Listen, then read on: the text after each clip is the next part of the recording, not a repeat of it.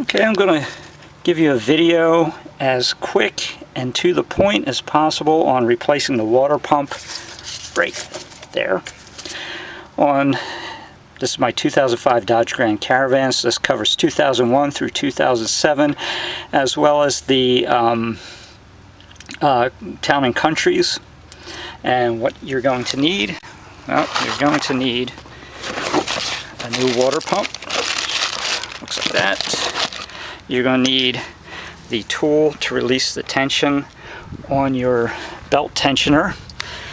There's various pieces that come with the kit, but all I'm going to do is use this one along with the breaker bar. There's an extension rod for this, but it's so long that it makes it difficult to use from under the car, so this combination for me always works best. And you're also going to want to get some replacement bolts for the water pump. Is the M6.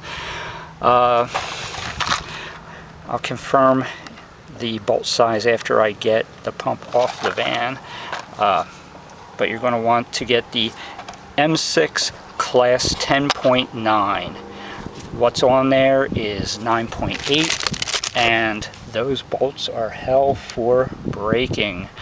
And when I get to those bolts, I'm going to review that with you. I'm also going to tell you, you really want to watch my other videos, because I cover the problems that you can run into with changing this water pump. You can be facing a very bad day, so do yourself a favor, watch all my videos. Alright, now I'm really pissed because I just replaced this water pump a year ago with a Gates water pump with a lifetime warranty. Gates is supposed to be one of the best water pump suppliers out there, and when I took it out of the box, first thing I saw in there was made in China, and I thought, oh no, it's going to be a piece of crap. But no, it's a Gates, it should be fine. 1 year to the day, it failed. Needless to say, I'm sending it back. I'm getting a refund. So this time I ordered an ACDelco, and what do I find on there? Made in China. Same thing. You can't get away from it. God damn. I mean, the only thing that leaves me hopeful on this is that, as opposed to a plastic impeller, it has the cast steel impeller, which hopefully it means that if they're willing to spend the money on a better impeller, that they're willing to do a better job on the rest of it. ACDelco carries a 2-year warranty, and you may say, well, why don't you use the original Dodge one? Because the original Dodge water pumps are notorious for only lasting no more than 30,000 miles. So that's really the last thing I wanted to put on there. Okay, you want to remove the cover that's down here, that's sitting right there, held on with some Christmas tree pins. Get a clean bucket. If you, like me, I just replaced all the antifreeze a year ago, so I'm going to recover it, put it back into the vehicle. You're just going to drain it out by pulling the lower main hose there. If your antifreeze is over 5 years old, or what's it, like 150,000 miles, whatever, just flush it out, replace it all. But please take your antifreeze to a recycling center. Don't dump it down the drain. It's toxic to the environment. Now, what you want to do, you're going to look at where your water pump is right there. Look it back far enough. It's not enough wide angle on this camera. Right there. And this is your frame member. Now, if you got a indentation here, a big dimple in the frame, you'll be able to remove this water pump without dropping down the engine. That's how my older Caravans were. This one, made in the USA, this not Canada. The benefit I find of the ones that are made in the USA is the bodies don't rot out the same, but the frame does not have that dimple in there. So I'm going to have to drop the engine down on this side. Not that big of a deal, but it's going to add, you know, extra half hour of work to this job. And when I get to that point, I'll show you what to do. Okay, now before removing the belt, you're going to take a 13mm wrench, and you're just going to crack loose the 3 bolts up here that hold this pulley onto the water pump. Okay, I just have those bolts cracked loose, and now you're going to take your tool for your tensioner. There's a little square socket right up there.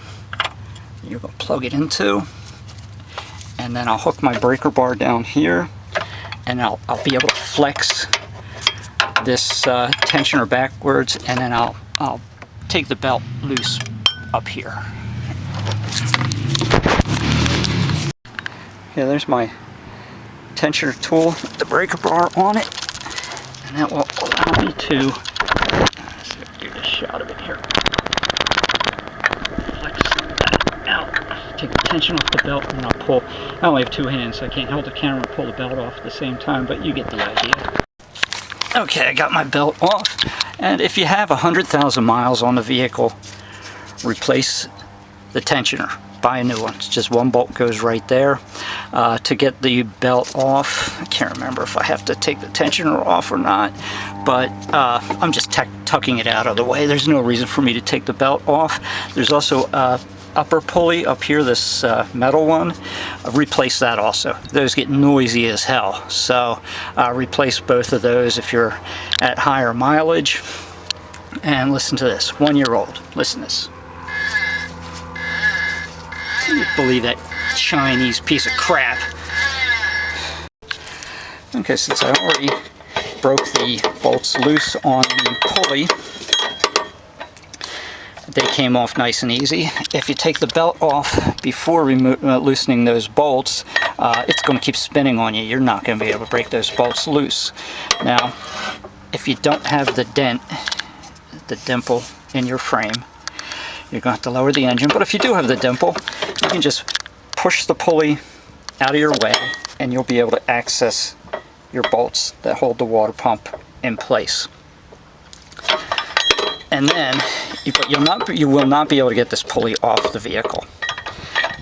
Once you get all the bolts loose, you hang it on like that, and then you will have enough room to get it past this dimple, shimmied out past the vibration isolator, whatever the official name of that is, and slip the water pump out. But I have to lower the engine, so I'm going to move on to that step next. Okay, to lower the engine, you're going to take your jack with a block of wood and put a little bit of upward pressure onto the engine. I do it on the oil pan just because I don't see anywhere else to do it. And then you're going to move under the hood.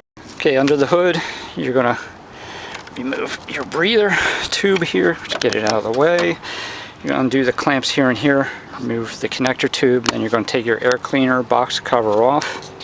Your air temperature sensor, if you've never disconnected one before, this little red lock, you got to push it all the way out, and then you're able to squeeze the tab to unplug it and get this thing out of your way. Then you're going to pull the air filter out.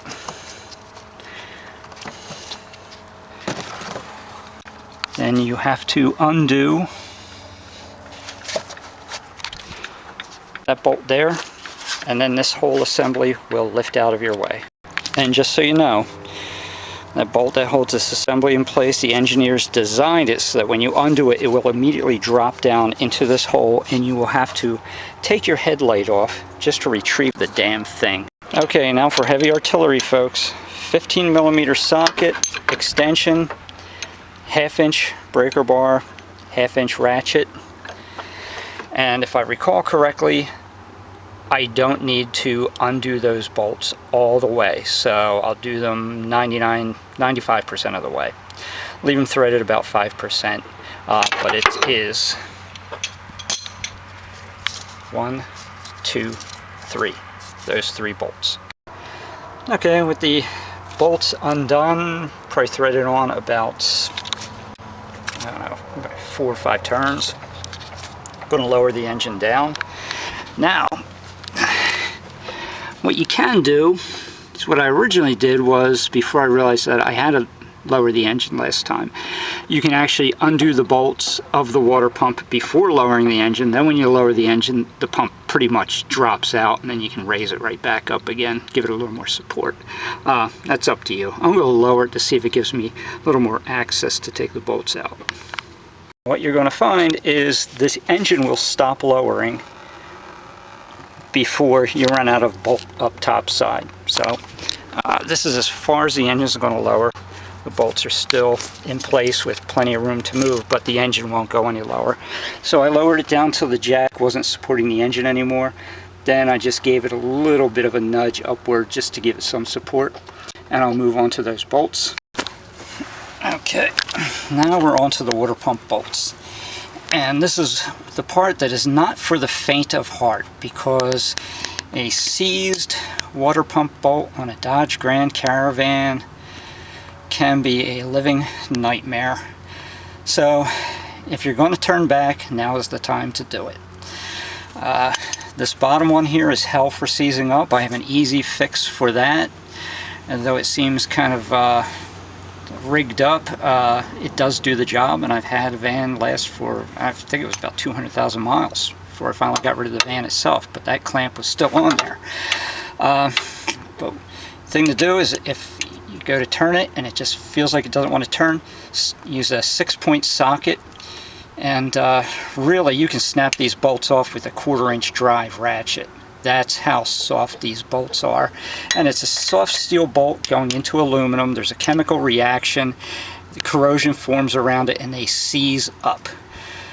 So what you want to do is sit there and just keep trying to rock it back and forth. Rock it back and forth. You know, take 20 minutes if you need to. Keep doing that. Other trick you can do, which I did not cover in my other video, but actually worked on that upper bolt up there that seized up really good. Take a can of compressed air, hold it upside down. Has to be a full can. This is not a full can, so it's not going to work. But pull the trigger, all the liquid's going to come out of the can, and just really freeze just the head of the bolt. Just, I mean, really freeze it. And you want to do it with a cold engine, because you don't want it to warm right back up again. You want to freeze that bolt and try to shrink that bolt down a little bit, and then put the ratchet on there, start rocking again. That trick worked on that upper bolt. Oh, I actually had a seized bolt, same size, same type of bolt on my EGR valve. Those suckers seize up. I did that trick and I was able to get those bolts off, and once again, throw those bolts away. Replace them with the 10.9 strength bolts, grade or class 10.9 for metric. Remember, it's not the same as standard. They go on a different scale. So the 9 grade in standard is equal to the 10 grade, or the 8 grade in standards is equal to the 10 grade in metric.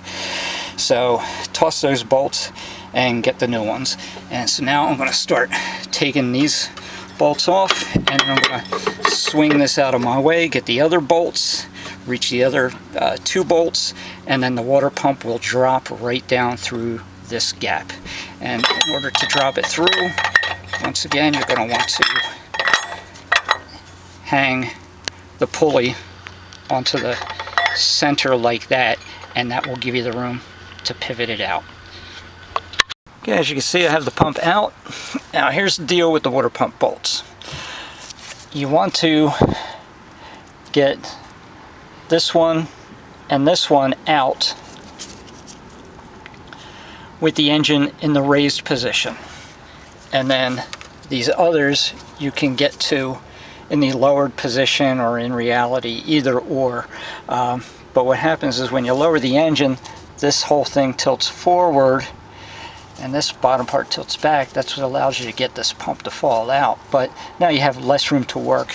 And also, you will find this to just be the biggest pain in the ass.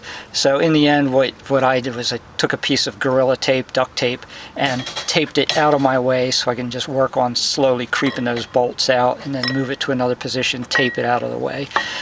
You'll just find it a lot easier that way. Now what I'm going to do is I'm going to clean up the mating surface with a Scotch-Brite pad, clean it off, and then start putting it back together again. Okay, next step is you're going to want to put your gasket in place. Get your new bolts, which are M6 by 1.00 by 20 millimeter, class 10.9, and you're going to want to coat them with some anti-seize so you don't go winding up with the same headaches over again when you go to replace the pump next time.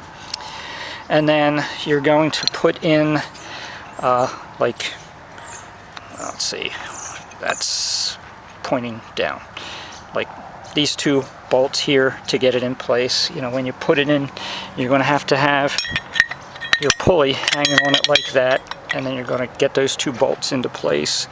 Then you're going to have to raise the engine up to give you more room to get these top rear two bolts into place. And then you can snug them down and then start looking to tighten them down. Unfortunately, I don't know the torque specifications on it, other than you can look up the torque specifications for a 6 millimeter bolt. They don't take a whole lot of torque. You're tightening into aluminum and you can strip them out. In fact, my top one is probably stripped out. I'm going to have to through bolt it with a longer bolt and a nut on the other side, because when it was corroded into place, it kind of took the threads out with it when I removed the bolt. And it's November, sun's going down early. Now that the belt's back on, I tightened down the 3 bolts that hold the pulley on. Don't forget that step. And then also don't forget to tighten down the clamp that holds your radiator hose on. And then get yourself filled back up with Xerox G05. See up there, it says for Chrysler. Do not use the Prestone green. You'll wind up eating through your cylinder head gaskets, and then you'll have that problem to deal with. Okay, the water pump's in place. You will find using one of these ratcheting wrenches to be a godsend on that rear upper bolt. Now your next step will be to get the pulley lined up, put your 3 bolts on, hand tighten them in, then you'll put the belt back on. Also put a new belt on. Don't reuse the old belt unless, like me, I just put it on less than a year ago. And once the belt's on, under tension, the tension's going to hold that, stop that from spinning, and you'll be able to tighten those 3 bolts down. And then don't forget your motor mount. You're going to have to tighten that back up into position, and then get everything reassembled, get it refilled, and the job is done. And hopefully your water pump will last more than a year like it did with me.